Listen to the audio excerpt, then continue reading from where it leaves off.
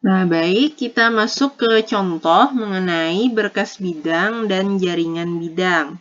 Contoh ini bisa kalian lihat di buku kalian di halaman 21 ya.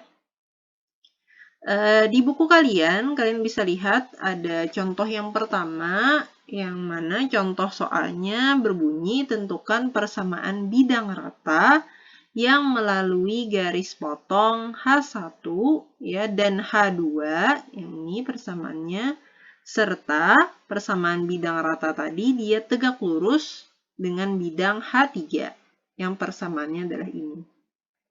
Nah, dari contoh ini kita sudah bisa menganalisis sebenarnya bahwa konsep yang kita pakai untuk mencari persamaan bidang rata adalah dengan menggunakan berkas bidang. Mengapa? Karena bidang rata yang kita mau cari persamaannya ini, dia melalui garis potong dari dua buah bidang.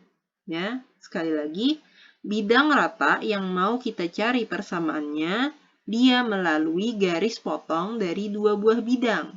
Maka, ya, dari contoh ini bisa diketahui bahwa persamaan bidang rata yang mau kita cari itu dia adalah anggota dari berkas bidang yang terbentuk dari H1 dan H2.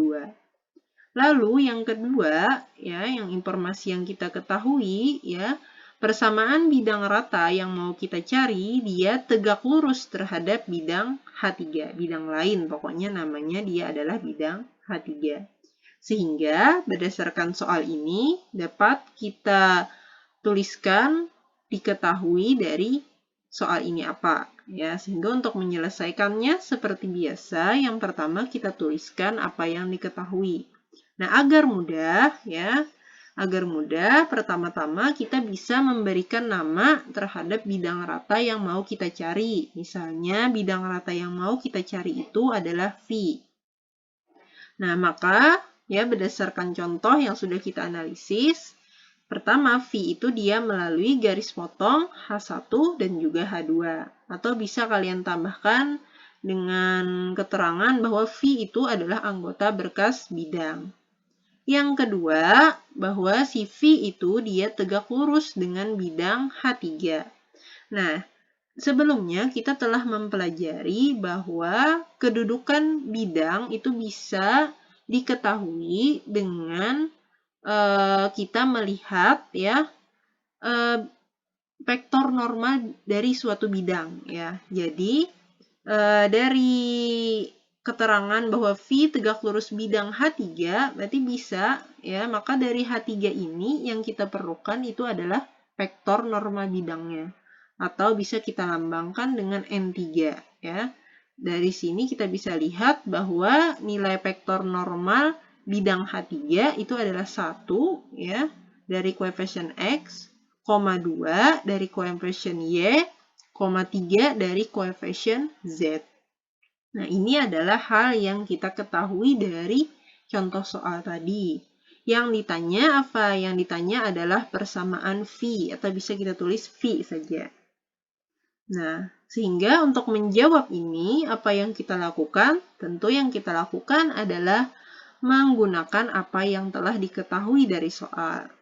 Kita bisa melakukan dengan secara berurutan. Yang pertama, tadi kita punya keterangan V melalui garis potong H1 dan H2. Atau V adalah anggota dari berkas bidang. Nah, sehingga V berdasarkan konsep berkas bidang bisa didapat persamaannya dengan H1 tambah lambda H2 sama dengan 0. Atau bisa kita tuliskan dengan seperti ini, kita substitusikan H1 tadi dengan X kurang 3Y tambah Z kurang 7, tambah lambda H2, di mana H2-nya adalah 2X kurang Y tambah 3Z kurang 5 sama dengan 0. Ini adalah persamaan V. Ya. Nah, atau kalau kita mau agar V itu terlihat bahwa dia bidang, maka kita kerjakan secara aljabar bentuk persamaan ini ya, sehingga diperoleh V-nya nanti adalah 1 tambah 2 lambda X tambah negatif 3 kurang lambda Y tambah 1 tambah 3 lambda Z tambah negatif 7 kurang 5 lambda sama dengan 0. Nah, kenapa? Jadi kita arahkan bentuk V ini ke dalam bentuk persamaan umum bidang. Yang pertama, agar memudahkan kita untuk melihat bentuk dari si V. Yang kedua, agar kita bisa mengetahui ya nilai vektor normal bidang V ini. Nah, kenapa? Karena dari persamaan bidang V ini kan kita belum mengetahui nilai lambda. Artinya, agar V ini dapat kita temukan secara sempurna persamaan bidangnya, kita harus menemukan nilai lambda ini.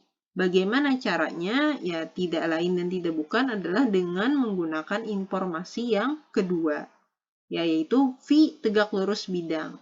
Sekali lagi, kalau ada kata yang berhubungan dengan kedudukan dua buah bidang, maka kita harus mengetahui vektor normal dari kedua buah bidang, yaitu bidang H3 dan juga bidang V yang mau kita cari. Nah, sehingga ya dari bentuk ini kita bisa lihat bahwa vektor normal bidang V itu adalah 1 tambah 2 lambda, ya, koma negatif 3 kurang lambda, koma 1 tambah 3 lambda. Dari mana? Dari sini kan ya. Koefisien X itu melambangkan A, koefisien Y itu melambangkan B, 1 tambah 3 lambda atau koefisien Z itu mewakili C.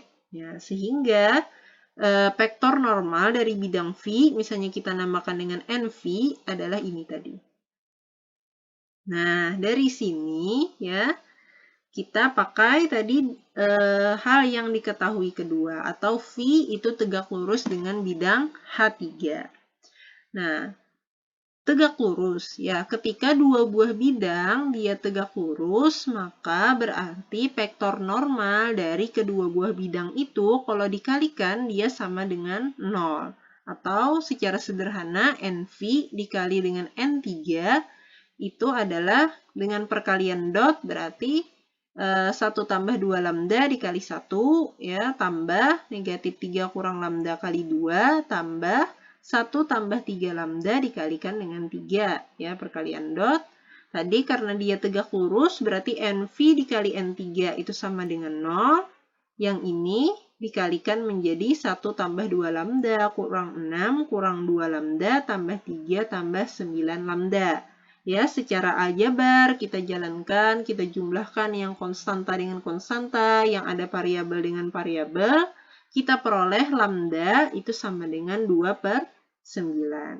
Nah, karena lambda sudah kita peroleh, nah maka tinggal kita ganti lambda yang ada pada persamaan V ini, ya, agar apa? Agar persamaan V ini menjadi lengkap, ya, karena yang ditanya adalah persamaan V.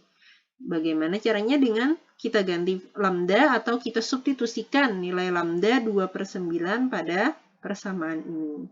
Sehingga diperoleh V-nya adalah 13X kurang 29Y tambah 15Z dikurang 73 sama dengan 0.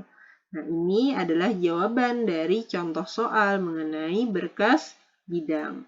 Ya, jadi sekali lagi untuk berkas bidang kalian bisa menganalisis dari soal jika bidang yang mau kita cari dia melalui garis potong dari dua buah bidang. Nah, itu kita lanjutkan dengan contoh jaringan bidang.